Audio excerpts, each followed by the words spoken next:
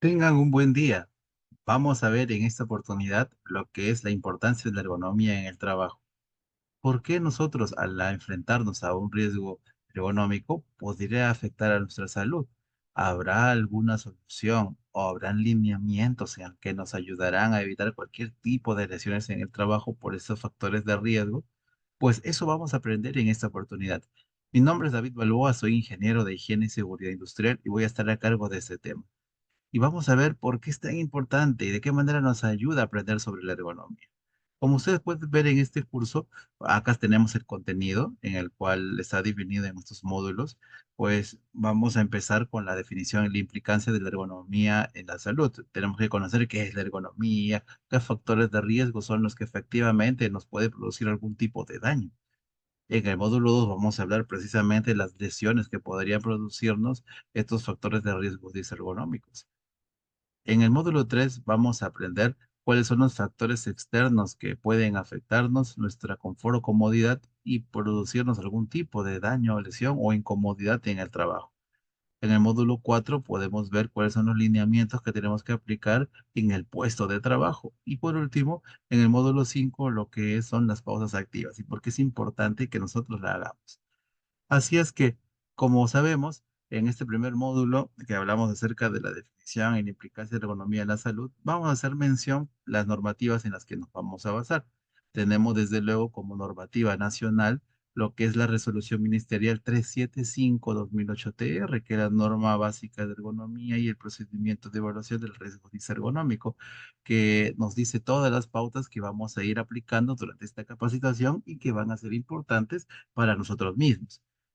También vamos a tomar referencia de algunas citas de la ISO 12295, ¿sí? Entonces, vamos a tener un respaldo normativo. Eso es algo importante. Y desde luego, estos respaldos normativos son producto de estudios, son producto, obviamente, de evaluaciones que se han hecho previamente para poder tener los valores que vamos a ver a continuación, ¿no? Entonces, lo que es la ergonomía también se le llama como la ingeniería humana, porque es la ciencia en la que busca optimizar la interacción que tiene el trabajador con su máquina o equipo de trabajo, el ambiente donde desarrolla la actividad y obviamente uno mismo. Entonces, lo que queremos es que los puestos de trabajo, el ambiente de trabajo estén adecuados de tal manera de que uno como persona pueda trabajar con comodidad, porque cuando no trabajamos con la comodidad suficiente, lo que puede ocurrir después es de que vamos a tener limitaciones, porque pueden manifestarse lo que es conocido la fatiga muscular, el estrés u otros elementos que van a bajar el rendimiento y también nuestra seguridad como personas. Entonces, la ergonomía es una ciencia que se va a encargar, pues, de estudiar las maneras de evitar cualquier tipo de daño o lesión que podría acontecernos por tener, en este caso, factores que puedan evitar nuestra comodidad. Eso es lo que queremos aprender durante esta capacitación. Por eso, la ergonomía nos habla de la ingeniería humana, por supuesto, porque en este caso estudia la antropometría de nosotros como personas y el desenvolvimiento que va a tener o la interacción que va a tener en el ambiente de trabajo. Esta interacción entre mi máquina, equipo, herramienta, utilizamos computadoras, pues ahí hay una interacción. Si utilizamos mesas, trabajamos de pie, levantamos carga o hacemos movimientos repetitivos, recogemos un objeto, lo ponemos en otro lado y repetimos la misma actividad, pues efectivamente, todo eso va a evaluar la ergonomía, de tal manera de que los puestos de trabajo sean adecuados para nosotros y así minimizar el estrés, minimizar la fatiga, minimizar los daños o lesiones, que es los que queremos. Entonces, si nosotros encontramos algunos elementos que hay en el ambiente de trabajo que pueden llegar a afectarnos, entonces eso van a convertirse en los factores de riesgos disergonómicos, porque es un conjunto de atributos de la tarea o del puesto en el cual van a aumentar esta posibilidad en el que yo desarrolle una lesión. Entonces, si hay este conjunto de elementos y me van a impactar, entonces necesitamos ejercer pues bastante precaución. Y ahí es donde nacen los lineamientos que vamos a ir siguiendo para evitar lesiones, porque desde luego, todo tipo de actividad en el que nosotros nos desempeñemos pueden evitarse todo tipo de lesiones que afecten hasta nuestra integridad, nuestra salud en general. ¿Ok? Entonces, dentro de las actividades que se desarrollan los factores de riesgo disergonómico, tenemos, por ejemplo, la manipulación manual de cargas, en el cual si nosotros excedemos o levantamos incorrectamente una carga, pues se convierte en un factor de riesgo disergonómico y hay un atributo de la tarea o de la actividad o del puesto que puede producirme un daño. O los sobreesfuerzos, jalar, empujar mucha carga o el trasladar los objetos demasiado pesados o inclusive dentro de los límites, pero por un tiempo prolongado. Las posturas de trabajo, puedo estar trabajando sentado, pero muchas horas sentado, o agachado y mucho tiempo agachado, o parado, mucho tiempo parado, o posturas incómodas, posturas no naturales. Entonces se convierte en un factor de riesgo disergonómico. O los movimientos repetitivos también, otro ejemplo más. Movimiento repetitivo, muchos lo confunden con los trabajos monótonos. Pero movimiento repetitivo es aquel movimiento en el que yo hago un movimiento de una parte de mi cuerpo o moviendo un grupo o varios grupos musculares y en un ciclo corto de tiempo vuelvo a repetir el mismo movimiento. Y como el ciclo de tiempo es muy corto, prácticamente no hay descanso de los grupos musculares. Por ejemplo, puede ser de que yo trabaje en una fábrica en la que yo recojo una caja del suelo y la pongo en la mesa. Me agacho al suelo y la pongo en la mesa. Me agacho, me paro. Me agacho, me paro. Me agacho, me paro. Hay un grupo de músculos, hay una cantidad de grupos musculares que se están moviendo y repito la actividad y repito la actividad y obviamente estos grupos musculares se fatigan por repetir sin tener un descanso previo. Ese es un movimiento repetitivo. O como algunas personas que a veces sellan físicamente, sellan documentos, cogen el sello y sellan, pa, mueven la hoja, sella, mueven la hoja, sella, mueven la hoja, sella, mueven la hoja, sella, mueven la hoja, sella, mueven la hoja. Es un movimiento repetitivo. Se repite el mismo movimiento en un ciclo corto de tiempo. Así es que esos son los movimientos repetitivos que obviamente van a causar las fatigas musculares y por lo tanto pueden producirnos lesiones. Y eso es lo que nosotros no queremos y queremos evitar. Entonces, ¿por qué podrían darse algunos de este tipo de lesiones? Vamos a resumirlos o vamos a clasificarlos, mejor dicho, en algunas situaciones. Por ejemplo, tenemos el equipo de trabajo, el entorno de trabajo, la organización del trabajo y condiciones individuales. Vamos a poder clasificar los factores de riesgo que pueden producir daños en la salud en esos factores. En equipo de trabajo, pues están todo lo que manipulamos, cajas, objetos, cargas, la computadora, los sellos, cualquier cosa que nosotros utilicemos para trabajar. En el entorno de trabajo ahí encontramos todo lo que hay en el medio. Recuerden que la ergonomía busca la comodidad del trabajador. ¿Qué pasa si en un espacio es demasiado caluroso? ¿Puedo trabajar cómodamente? No, cuando ya es un exceso ya no, ¿verdad? Ah, ahí está la temperatura, la humedad, la ventilación o la iluminación, si no es la adecuada, va a tener un impacto, en este caso en mí, va a quitarme el confort en el trabajo y va a producir alguna alteración que me va a producir algún tipo de daño después. La organización del trabajo tiene que ver, pues, cómo está organizado mis actividades propiamente, ya sea el tiempo de trabajo, por mi horario. De repente tengo un horario muy extendido y lo cual me obliga a estar en una misma postura por muchas horas, o hacer trabajos repetitivos por tiempos continuos, o hacer trabajos en el cual no tengo mucho descanso. Entonces, y a veces la presión del trabajo se puede dar o la exigencia laboral se da tal en el cual yo no puedo hacer ningún tipo de pausa en el trabajo. Entonces, eso es un tema de organización de trabajo, se vuelve también un factor de riesgo que puede producir un daño en la salud, desde luego, ¿no? Y las condiciones individuales son las que tienen que ver con nosotros. Aquí ya el problema no es mi equipo, no es mi herramienta, no es el entorno, no es la organización, sino el problema soy yo porque puede ser de que tenga algún problema congénito, una enfermedad, alteración visual, por ejemplo, en el cual, no sé, de repente mi ojo se enrojece muy rápidamente cuando tengo o hago algunos trabajos de alta precisión visual, o sea, más de lo normal, ya se fatiga muy rápido y es un tema congénito. Puede ser también vicios posturales, en el cual Me encanta poner las sillas debajo de o las piernas debajo del asiento o estar encorvado. Me siento cómodo estar así. Hay quienes se sienten así por los hábitos, ya han hecho un vicio postural y se han acostumbrado de tal manera de que, entre comillas, sienten comodidad, pero se están haciendo daño de por sí. Porque recuerden de que el cuerpo tiene una postura natural saludable y tenemos que mantener esta postura natural saludable que ahorita vamos a hablar en un ratito. Entonces, como pueden ver, ya son vicios posturales, ¿no? En el cual no, yo me gusta. Hay quienes les gustan doblarlas, flexionar las piernas y sentarse en la silla con las piernas flexionadas eh, también. O sea, por más que les guste, son vicios posturales. Entonces, o también puede ser algún defecto físico, que ya ese es otro tema, ¿no? Pero también es un tema de una condición individual, ¿no? Entonces, cuando nosotros nos enfrentamos a estos factores de riesgo ergonómicos, desde luego que va a afectarnos de alguna manera. Por ejemplo, la fatiga visual. Poca iluminación, fatiga visual. Es un ejemplo que estamos poniendo. ¿Y qué me puede pasar con la fatiga visual? Irritación en los ojos, pesadez, párpados, eh, cansancio. Entonces, se imaginan de que estemos a las 8 o 9 de la mañana y estamos con sueño. Está muy bien. Estás empezando el día recién. Sí, pero me siento cansado.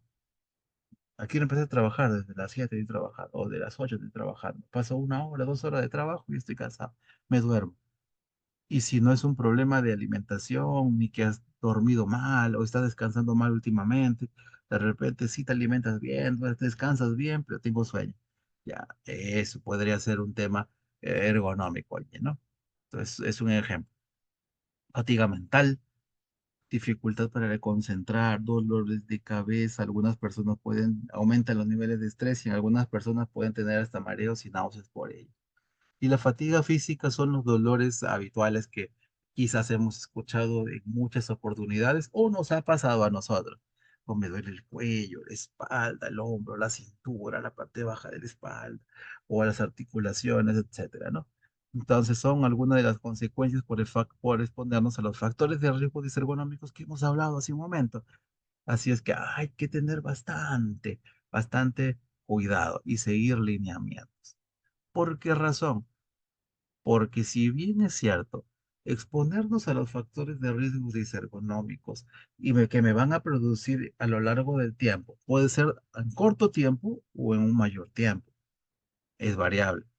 Me pueden producir algún tipo de daño y estos no me van a producir la muerte ni lesiones incapacitantes permanentes. No van a llegar a tanto en realidad, pero sí tienen una gran desventaja. Me van a producir lesiones muy molestosas, en el cual el tratamiento puede llegar a ser muy largo. Y para poder tratarme, recuperarme, necesito de muchos buenos hábitos, de mucho tiempo o quizás de mucho descanso. Y como que eso no es muy congruente con el trabajo, ¿no? Porque en el trabajo quiere que ya se te acabe el descanso médico y no extenderlo más para que sigas en tu actividad. Y como que eso no va a ir muy de la mano. Entonces, va a haber un perjuicio de todas maneras, un perjuicio tanto para el empleador como para el trabajador. Entonces, no me van a producir daños graves ni mortales, pero sí me van a producir daños muy dolorosos, incómodos, largos. Y lo peor es de que si no seguimos el tratamiento adecuado y no hacemos buenos hábitos, quizás no nos recuperemos. No porque no se pueda, es porque ya no estoy poniendo de mi parte. Esas son las desventajas de las lesiones musculoesqueléticas. ¿Cómo cuáles, por ejemplo? Uno de los daños comunes que puede dar es el síndrome del túnel carpiano, ¿no? Es un daño físico, puede darse por un mal uso del teclado o el mouse, un uso excesivo de la computadora, un uso incorrecto del teclado y el mouse. No solamente eso es hablando a nivel administrativo, puede darse también por un uso excesivo de herramientas manuales o equipos, como les puse un ejemplo, los sellos, no sello y sello y sello. Ese movimiento de muñeca que si no pongo la muñeca rígida, si no flexiono, flexiono, flexiono, flexiono, flexiono, esa flexión, pues me va a producir pues inflamación con el tiempo. Y esto es lo que va a dar lo que es el síndrome del túnel carpiano. Entonces, la inflamación a nivel muscular y de tendones se va a dar a tal punto de que va a presionar los nervios. Y esos nervios van a producir los nervios son como un mírame y no me toques. me van a producir una presión, una compresión, y es donde se va a producir el dolor, que puede darse desde la zona afectada, que es la parte de la muñeca, a la punta de los dedos, e inclusive puede irradiar hasta el hombro. Entonces, es un dolor muy agudo y muy incómodo de por sí. Entonces, son uno de los daños que podrían darse. Está uno de los síntomas para que ustedes puedan verlo. Si ha sentido dolor, hormigueo, entumecimiento de los dedos, mire, calambres, debilidad o daño muscular en la mano, dedo, pues son algunos de los síntomas que puede darse por el síndrome del túnel carpiano. Entonces, vamos a ver recomendaciones más adelante para poder evitar este tipo de daños o lesiones. Tenemos la fatiga visual, que es la consecuencia porque hemos exigido demasiado a nuestros ojos. Nuestros ojos, obviamente, pues nos ayudan muchísimo a poder visualizar para poder hacer muchas actividades, pero cuando se les sobreexige, pues ahí está el problema. O sea, nuestros ojos todo el día, uno dirá, pero si todo el día estás despierto. Entonces, los ojos, obviamente, deben durar todo el día, sí, pero están estimulados a ver varias cosas. Es como cuando nosotros caminamos, ¿no? Cuando caminamos, cansa menos que cuando corremos, ¿verdad? ¿Por qué? Porque cuando corremos estamos sobreexigiendo el movimiento a nuestros músculos para poder movernos a mayor velocidad. Y esta exigencia va a hacer de que los músculos se cansen y por eso nos agotamos más rápido. Cuando caminamos, la exigencia es menor. Igual pasa con los ojos. Cuando nosotros utilizamos nuestros ojos para actividades diversas, ya sea para trabajar o de repente para cocinar, para limpiar, para leer o para hacer muchas cosas, en cada actividad que yo hago, la exigencia de los ojos va subiendo y bajando, subiendo y bajando. Es como un caminar. Así es que se va a cansar al final del día, por supuesto, porque eso es natural. Pero ¿qué pasa si a nuestros ojos lo hacemos correr? Traducido significaría que estemos todo el día mirando la pantalla o todo el día leyendo un documento con poca iluminación y estamos forzando más la vista porque queremos leer y la visión y como la iluminación no está buena, pues nuestro ojo está como que graduando, graduando, graduando, graduando, graduando para darle esfuerzo y poder leer lo que queremos.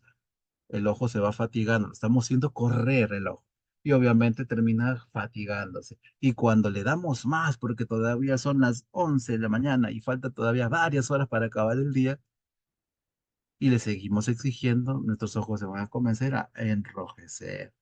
Entonces, como miren la imagen, los ojos se comienzan a abrir. Esa es una imagen inclusive suavecita, de enrojecimiento de ojos. Va a comenzar los sueños, la pesadez, porque obviamente hay una fatiga muscular. Y ahí está alguno de los síntomas: molestia en los ojos, calor, picor, hinchazón, pinchazos. Y se puede irradiar hasta un dolor de cabeza, enrojecimiento o visión borrosa. Entonces, puedes trabajar con comodidad teniendo estos síntomas. Es cierto, no va a haber ceguera, no voy a decir de que no me voy a volver ciego, corto de vista. No, no, no llega a eso. Pero imagínate trabajar con todos estos síntomas. Sumamente incómodo. No eres nada productivo cuando tienes esto. Entonces, aquí donde viene la importancia de poder poner adecuadamente las condiciones de trabajo que vamos a ver un poco más adelante, ¿sí? O lesiones musculoesqueléticas en general que pueden producir pues dislocaciones en articulaciones, esguinces, distensiones, desgarro de ligamentos, entre otras más. Puede darse esta por manejo manual de cargas, cargas excesivas, levantamos muchas cargas o muy pesadas, no descansamos y no somos máquinas. Entonces necesitamos comenzar a, a regular un poquito ese tipo de actividades, ¿no? Ahí vienen los síntomas como dolor constante, tumefacción, dolores de cabeza, pérdida de sensibilidad, control del movimiento, ¿no? En estos dolores musculoesqueléticos pueden darse lo que es la lumbalgia, la ciática, que es en este caso se va a dar pues por presión del nervio ciático, en la zona lumbar presiona y este dolor se irradia hasta la pierna y es muy doloroso, ¿sí? La dorsalgia, la zona dorsal, dolores de la zona cervical o cuello. Entonces, son algunas de las lesiones, en este caso que musculoesqueléticas que podrían darnos y que desde luego no se puede trabajar. Y no solo son simples dolores, ¿ah? No son simples dolores constantes. Puedo perder, como dice allí, la sensibilidad y el control del movimiento. no me puedo agachar, la muñeca no la puedo mover. Entonces, imagínate, no puedes mover la muñeca por el dolor. ¿Cómo tecleo? ¿Cómo cojo el mouse? Porque obviamente va a empezar el dolor con la mano dominante, porque es la que más utilizas. Así es que te va a limitar completamente a hacer tu trabajo. No voy a poder estar sentado mucho tiempo porque me duele la columna. No puedo trabajar mucho tiempo porque igual me duele la columna, me duelen las articulaciones. Entonces, esos son daños en la cual yo, inclusive, no solo es dolor como les mencioné, sino a veces no puedo ni caminar. Hay casos de personas que llegaron al momento en el que se quedaron como engarrotados. Han tenido que llevarlos de emergencia y a veces en la movilidad han estado en la posición en la que pudieron. Algunos se agacharon y se quedaron ahí y así agachados y torcidos han tenido que llevarlos y movilizarlos. O sea, es lamentable en realidad. Por tal razón, necesitamos poner un alto a esos tipos de lesiones que se pueden dar por el trabajo. Entonces, por ahí radica con el tema principal de esta capacitación, en el que es la importancia de la ergonomía en el trabajo. Es importante porque precisamente me va a ayudar a evitar cualquier tipo de daño o lesión que hemos visto en este módulo 2. Ahora, ¿cómo podemos ir manejando para evitar completamente esto?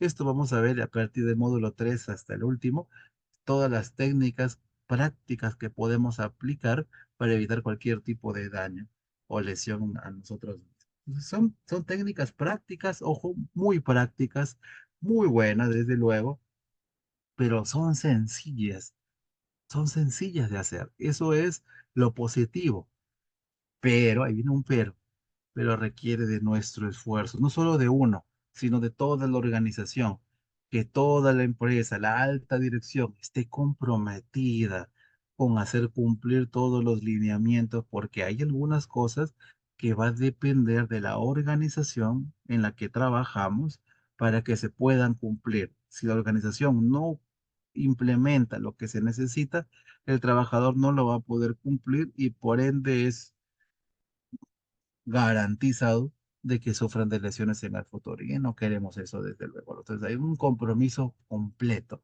de todos los miembros de la organización en lo que se necesita. Y vamos a ver por qué les digo esto. En este módulo 3 vamos a ver los factores ambientales externos.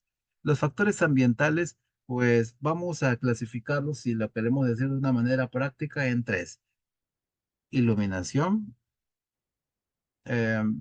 calidad de aire y lo que es el ruido ambiental. Vamos a hablar de esos tres principales, ¿ok? De lo que hay en un factor ambiental y que puede afectar ergonómicamente a una persona. En cuanto al ambiente el luminotécnico, cuando hay deficientes condiciones de calidad de iluminación, van a producir la fatiga visual. Eso es, de hecho, poca iluminación, fatiga visual. Eso es lo que va a terminar como consecuencia, sí o sí. Entonces, ¿por qué se da la buena iluminación, o en este caso, la buena visión en un centro de trabajo y también en cualquier lugar donde nosotros desarrollemos nuestra vida? Es gracias a las reflexiones de la luz o los brillos. Existen dos tipos de reflexiones de la luz, el directo y el indirecto. El brillo directo, pues, es cuando incide de la fuente de iluminación, ya sea natural o artificial, directamente a nuestros ojos. Y el brillo indirecto es cuando incide el haz de luz, rebota en una superficie e incide en nuestros ojos. O sea, no nos da directamente desde la fuente de iluminación. Algo así, como pueden ver en la imagen. Miren ustedes la imagen, está allí.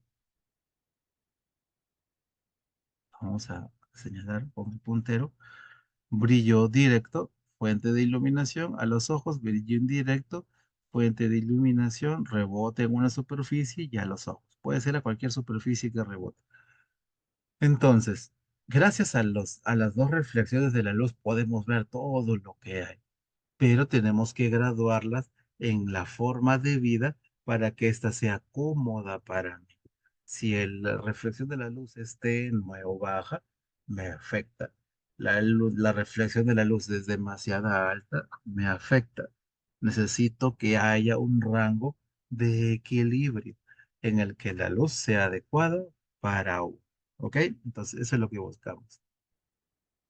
De acuerdo a la resolución ministerial 375/2008 TR, para una oficina, ya que vemos la foto de una oficina, el nivel mínimo de iluminación es de 300 luxes, el nivel mínimo. Y esto va a ir variando, pues, de acuerdo al tipo de actividad que yo realice. Por ejemplo, en un almacén, 200 luxes. Bueno, vamos a detallar, más a ser más claros. Va a depender del nivel de precisión ocular que yo le dé. Cuando yo para mi trabajo necesito un nivel de precisión de visión, entonces mi nivel de iluminación quizás sea menor, va a ser menor. Si mi nivel de precisión es media, pues mi nivel de iluminación es media. Y si mi nivel de precisión de visión es alta, mi iluminación debe ser más alta. Entonces, ese es el criterio. Entonces, en un almacén, como puedes decir un ejemplo, de 200 lux es un almacén, pero depende de qué hago en el almacén. Si en el almacén hago solamente el trabajo de almacenamiento, en el que pongo objetos, saco objetos y algo así, mi nivel de precisión de visión es baja, porque obviamente solo necesito ver objetos de cierto tamaño para distinguir su forma o de que quizás lea algunas etiquetas, pero es menor el nivel de exigencia. De lectura es menor, por eso es baja. Por eso ya el límite ya como que baja a 200 luxes. Si es que no me equivoco, para pasadizos que solo se necesita caminar y ver lo suficiente para no tropezarnos, si es que no me equivoco es 50 luxes. Solo se necesita eso para que camines y no te tropieces y no te caigas, porque el nivel de exigencia es menor. Por eso en los pasadizos no se lee, algunos leemos todavía en el pasadizo, no, es muy bajo. Por ejemplo, en una oficina administrativa es 300 luxes porque ahí el nivel de precisión es media y es un poco más. Necesito leer más documentos, leer el teclado o algunas otras, o mirar algunas cosas con un poquito más de precisión.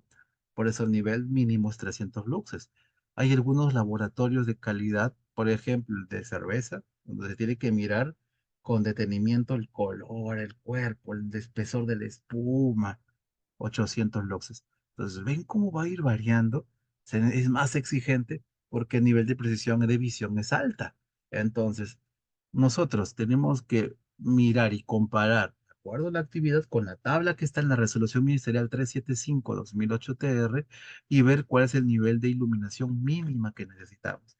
David, la norma solo dice mínima, no dice máxima, sí, no dice máxima, solo dice el nivel de iluminación mínima, porque de por sí nuestro ojo se adapta al nivel de iluminación.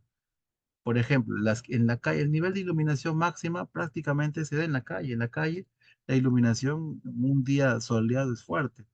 Los que no aguantan la iluminación de la calle es porque tienen cierta sensibilidad en los ojos, pero son pocos. La gran mayoría se adapta con facilidad a la luz de la calle. Por eso nadie sale a la calle así, cubriéndose los ojos porque no veo bien, ¿verdad? Son pocos los que necesitamos lentes oscuros de repente para regular un poco más la luz y no me afecte tanto porque soy más sensible, pero solo eso.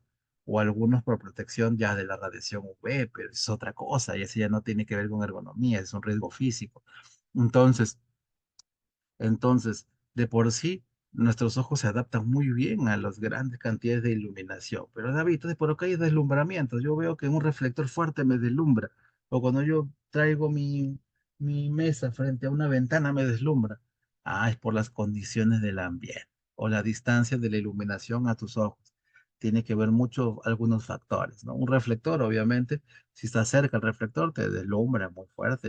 En este caso, el nivel de luxes que se está emitiendo, o quizás en un espacio demasiado cerrado, es pocos puntos de iluminación, y obviamente los puntos de iluminación se hacen muy intensos, entonces el ojo no sabe cómo acostumbrarse, o me quedo en oscuro o me quedo en iluminado, ¿qué hago? El ojo está ahí, confundido, graduando, ahí está graduando la córnea, el cual el cual me voy a adaptar, y ese es el deslumbramiento, el fastidio que yo siento. Vamos a ver ahorita recomendaciones para evitar, pero normalmente la norma solamente pone un límite mínimo de iluminación y el límite máximo va a ir de acuerdo a la sensibilidad de los trabajadores. Y vamos a verlo de esa manera, ¿no? Entonces, una de las formas de poder utilizar la buena iluminación, en primer lugar, se aconseja utilizar la iluminación natural. Si puede usted colocar su puesto de trabajo cerca de una fuente de iluminación natural, ya sea puertas, mamparas, ventanas, hágalo. Algunos van a poder y otros no. Primero, empecemos con los que podamos. Los que podemos poner cerca las fuentes de iluminación natural, hágalo, pero póngala de forma perpendicular. ¿Qué significa esto? De que las ventanas, mamparas o puertas van a estar a mi derecha. Si yo me siento en mi escritorio, estas van a estar a mi derecha o a mi izquierda. No adelante mío, ni no atrás mío. Por eso algunos dicen, me deslumbra, claro, porque lo estás poniendo mal. Ponlo a tu izquierda y a tu derecha. Que tu ventana está a tu izquierda o a tu derecha. Ese es lo ideal. Se utiliza de una manera más eficiente la iluminación. Pero David, no puedo por las condiciones de la distribución de espacios de mi lugar de trabajo. Tengo que tener la ventana al frente mío o atrás mío. No hay otra forma. Ya si ocurriese ese tipo de casos, ahí vamos a tener que ver, primero hay que ver uno, ¿por qué no se pone frente a nosotros? Precisamente por eso, porque a algunos les deslumbra o a muchos les deslumbra y queremos evitar eso. ¿Por qué no lo ponemos atrás? Porque puede deslumbrar por efecto rebote o el reflejo indirecto si es que tenemos una superficie muy lisa o el efecto sombra o más el efecto sombra, que la luz da hacia mi nuca, mi cabeza me da la sombra y veo menos aquí en mi espacio de trabajo. Por eso no se pone atrás la ventana o el espacio o no se rota mejor dicho, el escritorio de tal manera que la ventana esté atrás mío. Pero David, si no se puede, ahí vamos a establecer controles. Por ejemplo, vamos a establecer persianas, persianas o cortinas claras, claras, ojo, claras, que sean claras, que me permitan regular la iluminación, ¿sí? Pero David, cuando le puse cortinas y persianas se oscureció. Listo, ahí vamos a tener que utilizar la iluminación artificial como apoyo. Aquí vamos a tener que quitarnos ya esa idea de que la luz se prende solo de noche. Yo recuerdo desde niñito, jovencito, en mi casa me decían, es de día, apaga la luz para ahorrar energía. ¿Sí? Sí, es cierto. Cuando un ambiente no lo voy a utilizar, apaguemos la luz. Estoy de acuerdo con eso. Pero si un ambiente lo estoy utilizando, es de día, estamos en pleno sol, pero la iluminación no es, es deficiente porque el ambiente es muy cerrado, prenda la luz, préndala, la necesita, pero gasto energía si es de día, no importa, prenda la luz, porque va a hacer que los trabajadores estén más cómodos y eviten muchos tipos de daños, como hemos visto, la fatiga ocular me hace menos productivo, mucho menos productivo, ¿sí? Entonces, es allí. Eso es para los que tienen iluminación artificial. Y los que tenemos iluminación, perdón, natural. Y los que tenemos iluminación artificial, los que no podemos poner nuestro puesto cerca a las ventanas, listo. Utilicemos la iluminación artificial. Estas lámparas, el término técnico es correcto, es lámparas. El término coloquial que le decimos son focos fluorescentes, que le decimos, pero en realidad son lámparas. Ok, para que lo tengamos en cuenta. No son luminarias, tampoco. Luminarias es el casquete o el lugar que sostiene o el elemento que sostiene la lámpara. El foco que le decimos o fluorescente es la lámpara y la luminaria es el instrumento que sostiene a la lámpara, para que lo tengamos en cuenta. Si no, un arquitecto se va a molestar con usted si le dice, lo dice mal. Listo, entonces, los que tenemos nosotros espacios de trabajo con iluminación artificial, lo mismo. Tenemos dos formas de iluminar artificialmente. Una, en el cual el plano de la mesa sea perpendicular con la vertical de la iluminación. ¿Qué significa esto, David? Uno, que en las proyecciones, cuando yo tengo mi escritorio de esta manera, a mi derecha hacia arriba está la fuente de iluminación y a mi izquierda hacia arriba está la otra fuente de iluminación. Estas van a darnos iluminación a mi mesa de trabajo y puedo trabajar con comodidad. Esto mismo aplica para cualquier tipo de actividad o trabajo, ojo, no solamente para administrativo. La otra es la focalizada, en la cual yo coloco la lámpara exactamente encima de mi escritorio de trabajo y está obviamente en el techo, ¿no? Y me ilumina.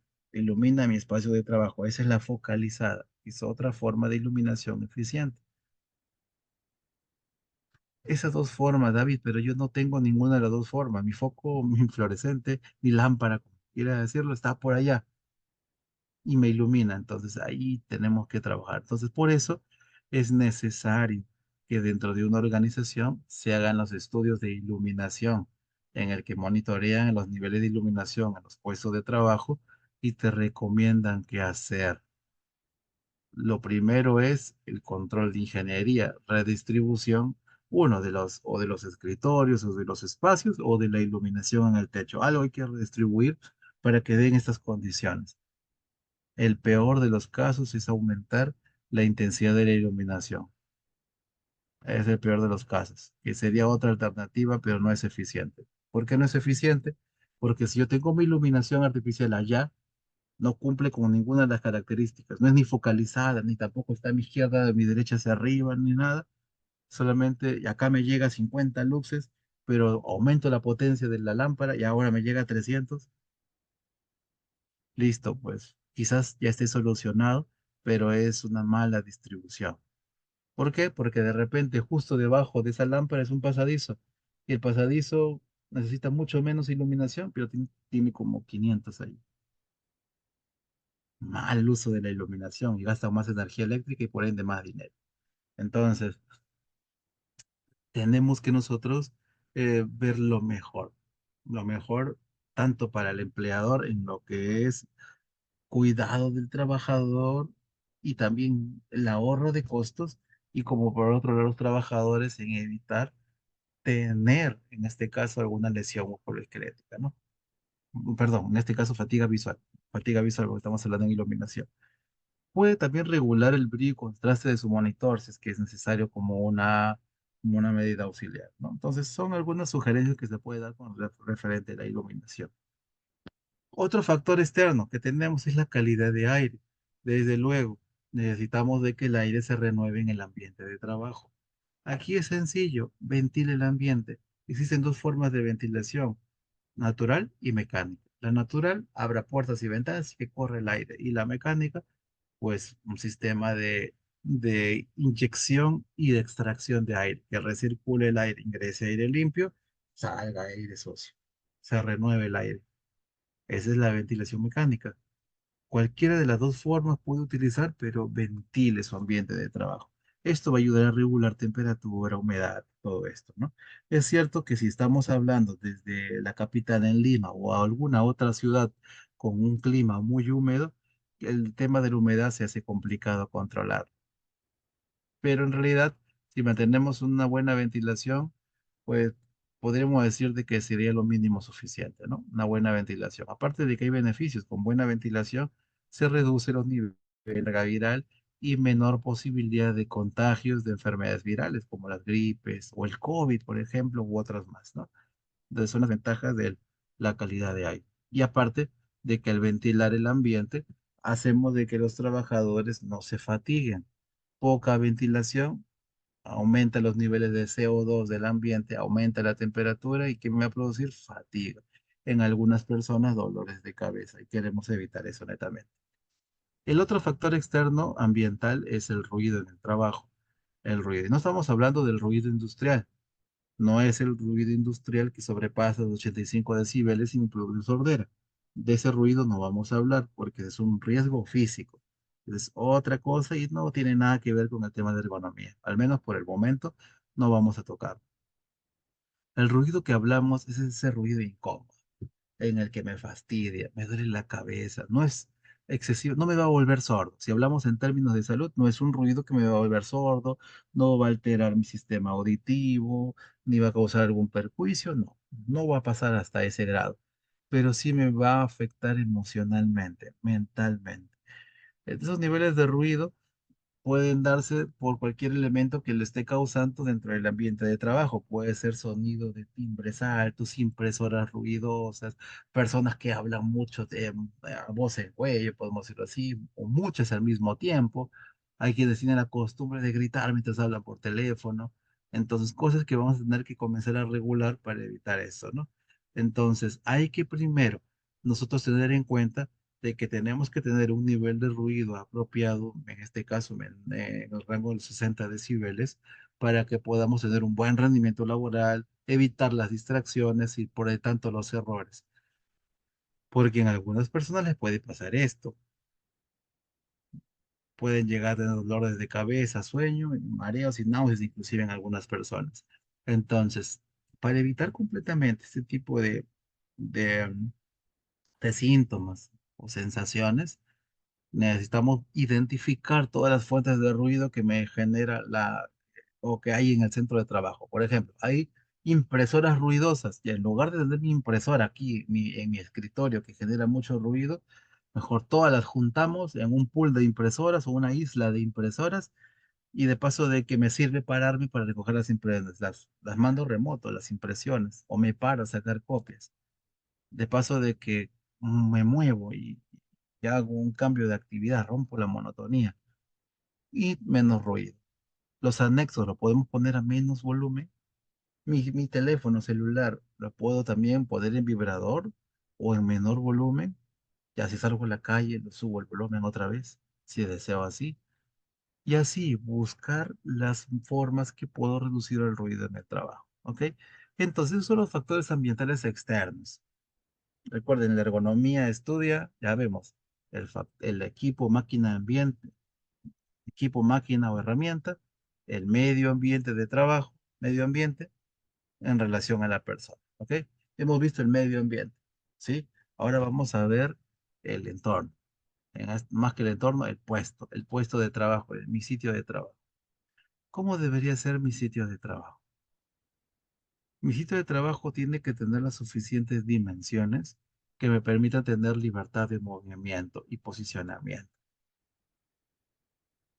Recuerden, tenemos que tener una buena postura y tenemos que mantener cual sea la actividad que yo hago, buena postura. La postura natural. ¿Y cuál es la postura natural, David? Eso, la postura natural es mirada al frente, hombros relajados, ligeramente hacia atrás, espalda recta y de pie, simplemente de pie. Esa es postura natural, de pie. Si me hicieran una radiografía, mi columna estaría derechita cuando tengo esa posición y descansa mucho más. Y sentado, lo mismo, pero sentado, miradas de frente, hombros relajados, las piernas sentadas, obviamente, y relajadas, y van a estar dentro del escritorio. Por ende, todas aquellas cosas que están debajo del escritorio se van, porque no pueden interferir con el espacio de mis piernas, que necesitan la comodidad. Vamos a ver más adelante para lograr todo este, que necesitamos tener en cuenta para lograr esta posición. ¿Ok? Entonces, esa es la postura natural que debemos de tener, buena postura. Entonces, para poder tenerla, necesitamos de un espacio de trabajo que me dé libertad de movimiento y posicionamiento. Porque mi trabajo me muevo, me desplazo, listo, debe tener el suficiente espacio y no debo estar hacinado.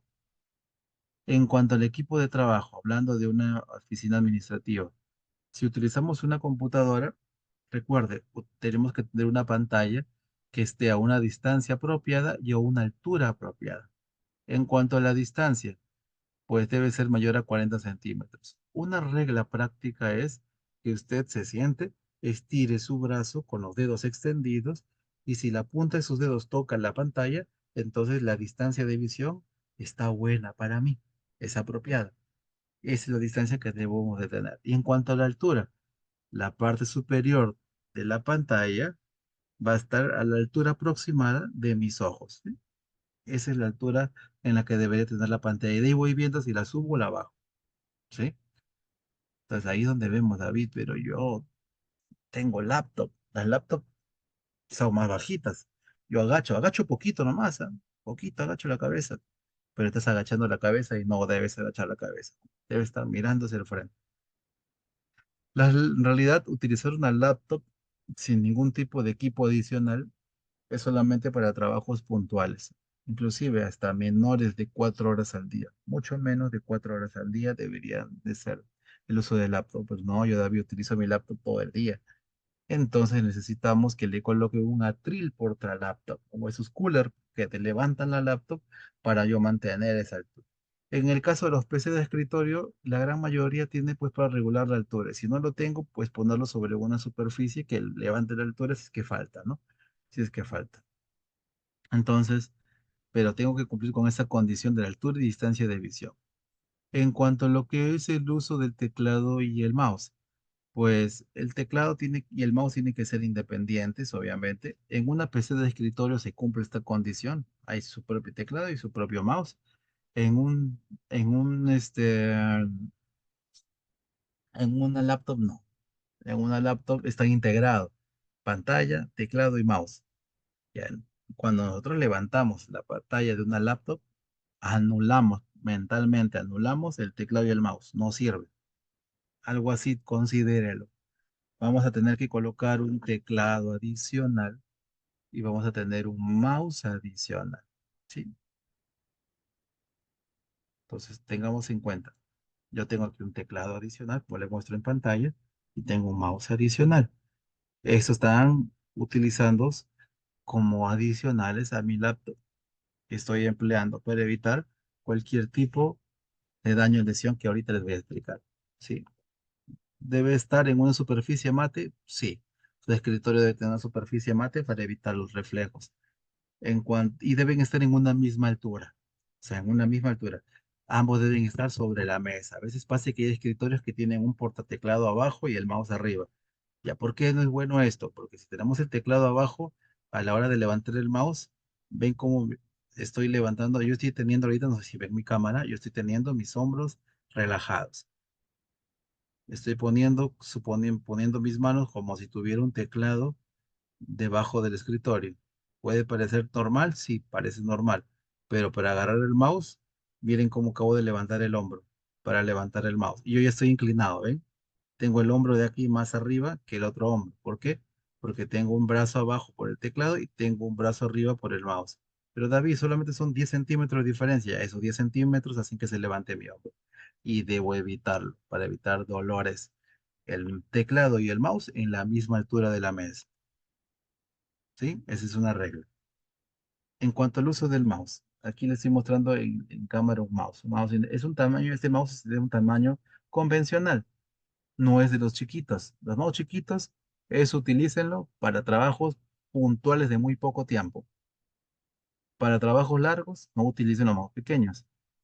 Utilicen este mouse de tamaño convencional, que es el mínimo que necesitamos.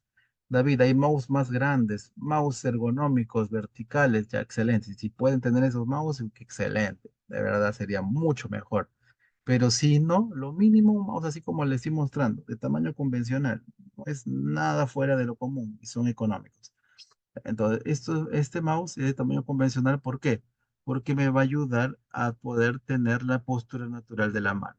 Vamos a pensar por un momento en la postura natural de la mano, ¿sí? Si usted por un momento su brazo lo pone en reposo hacia abajo y su mano también en reposo, su mano no está rígida, su mano tiene una curvatura, así como le estoy mostrando en la cámara. Cuando mi mano está así en reposo, mi mano tiene esta curvatura. Es una curvatura natural, es posición natural de la mano. De la mano en su postura natural es curva. Es así de curva. ¿Sí? Entonces, como es curvo, los dedos tienen cierta curvatura, entonces el mouse tiene que entrar en esa curvatura. ¿Ven el porqué el tamaño del mouse? Si yo tengo un mouse chiquito, ¿qué va a pasar? Voy a hacer garrita y ya no estoy en la postura natural de la mano. Esta garrita va a hacer que yo pueda tener en el tiempo tendinitis y es otro dolor incómodo. Entonces, mayor abertura porque el mouse es de tamaño convencional. Ahora, si tiene los mouse verticales y ergonómicos, mejor, porque hasta pongo la altura, la postura natural del brazo y la mano y la postura natural de la mano. Sería mucho mejor. ¿Ok? Pero lo mínimo es este mouse convencional. Una vez de que yo tengo uso el mouse adecuado, a la hora del uso, ahí viene el otro punto. A veces ponemos como punto de apoyo la muñeca y hacemos esto, ¿no? Flexión de la muñeca. Ya jamás debemos hacer flexión de la muñeca. Y si lo hacemos debe ser muy poquito, porque la flexión de la muñeca lo que va a producirme son daños a la muñeca. Como por ejemplo, el síndrome de túnel carpiano, lo que hablamos al principio. Me va a producir este tipo de daño y yo quiero evitar completamente estos daños, que son terribles. Entonces, ¿qué debo de hacer, David? Punto de apoyo, antebrazo. Voy a mover el mouse hacia arriba y hacia abajo. Punto de apoyo, el antebrazo. Eso es lo que yo voy a hacer a la hora de yo utilizar este mouse. Entonces, importante, ¿sí? Para poder hacer ese tipo de, en este caso, uso de este mouse o del equipo. Algo muy sencillo. Entonces, tengamos en cuenta eso a la hora de poder, a la hora de poder utilizar este equipo. Luego también siempre tengan la pantalla frente a ustedes. Siempre. Voy a colocar, mover la pantalla de un lugar a otro. Está bien, podemos moverlo, pero nosotros también nos movemos con la pantalla. Así como ven en la imagen. Siempre la pantalla va a estar al frente de mí. Eso es importante. En cuanto a la silla también tiene que buscar tener una postura, me tiene que ayudar a tener a mí una postura natural sentado. Eso es lo que yo voy a buscar. Por ejemplo, ¿cuál es la postura natural sentado? Yo les dije, mirada hacia el frente, ¿no? Mirada hacia el frente, hombros relajados, pero para que el hombro esté relajado, para que esté relajado, el brazo y el antebrazo deben formar un ángulo de 90 grados aproximadamente. Eso es lo que debe de ocurrir para que mi hombro esté relajado. ¿Eso qué cosa quiere decir? De que yo la silla debo subirla de tal manera de que a la altura de la mesa forme mi antebrazo y mi brazo un ángulo de 90 grados aproximadamente. Ahí es donde viene en este caso, la necesidad de subir la altura de la silla. ¿Ok? Y mi hombro estaría relajado en su postura natural. La pantalla la voy a poner de tal manera que la parte superior es a la altura de los ojos y listo. Postura natural también del rostro. Mi pierna y mi muslo y mi pierna forman un ángulo de 90 grados aproximadamente y deben pisar el suelo. ¿Ok? Si no piso el suelo, ya utilizaríamos un reposapiés. Entonces ahí es donde viene la necesidad de la silla ergonómica. A veces ahí han preguntado que es obligatorio tener una silla ergonómica. ¿Dónde está la norma que diga que hay que tenerlo? Bueno, es cierto, la norma aquí peruana, hasta donde yo he leído, no dice específicamente tengo una silla ergonómica, pero sí te dice de que controles todos los riesgos en los puestos de trabajo. Y la única forma de controlar un riesgo en el puesto de trabajo administrativo es tener una silla ergonómica, porque la silla ergonómica no solamente se regula en altura, sino también tiene un apoyo lumbar. Esta silla que está en la imagen es aproximado, no es una silla ergonómica como tal, pero está a lo largo de toda la espalda y tiene un apoyo lumbar que se regula en profundidad, porque hay quienes tienen mayor curvatura o como le dicen, más quebrados. ¿Y cómo yo voy a tener el apoyo total de la espalda? Ah, el apoyo lumbar se hunde, se regula en profundidad. El asiento se saca y se mete. ¿Para quiénes? Para los que tienen los muslos más largos.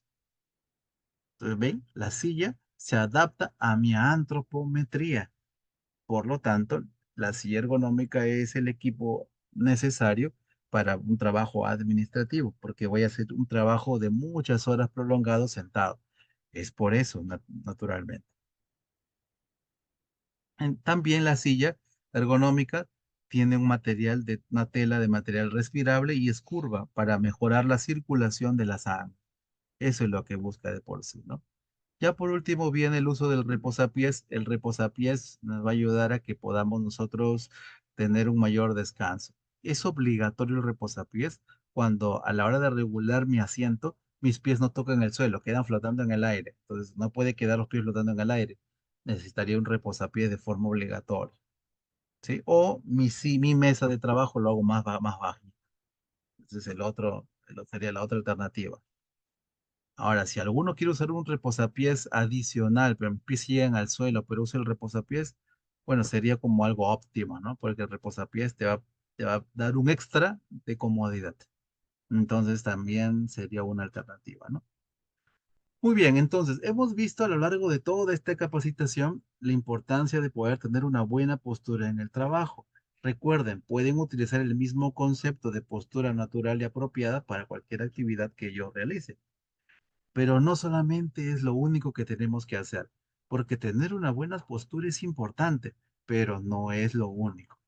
Necesitamos hacer más, y ahí es donde viene este último módulo. las pausas activas. Las pausas activas son ejercicios que nos ayudan a poder estirar esos grupos musculares que han estado apretados en una sola postura, han estado apretados en una sola postura y que necesitamos eh, estirarlos porque nos están causando algún tipo de daño. Entonces, el- las pausas activas nos traen como objetivo el poder hacer movimientos articulares, movimientos de músculos en el cual me van a ayudar a estirarlos y a fortalecerlos. Eso es lo que busca. ¿Hay beneficios por hacer pausas activas? Desde luego que sí, porque me ayuda a prevenir los trastornos osteomusculares causados por las cargas estáticas, por la energía estática acumulada por estar en una sola posición. Rompe la monotonía porque no estoy en una sola posición haciendo un solo trabajo. Disminuye el nivel de estrés porque me voy a movilizar, me voy a estirar.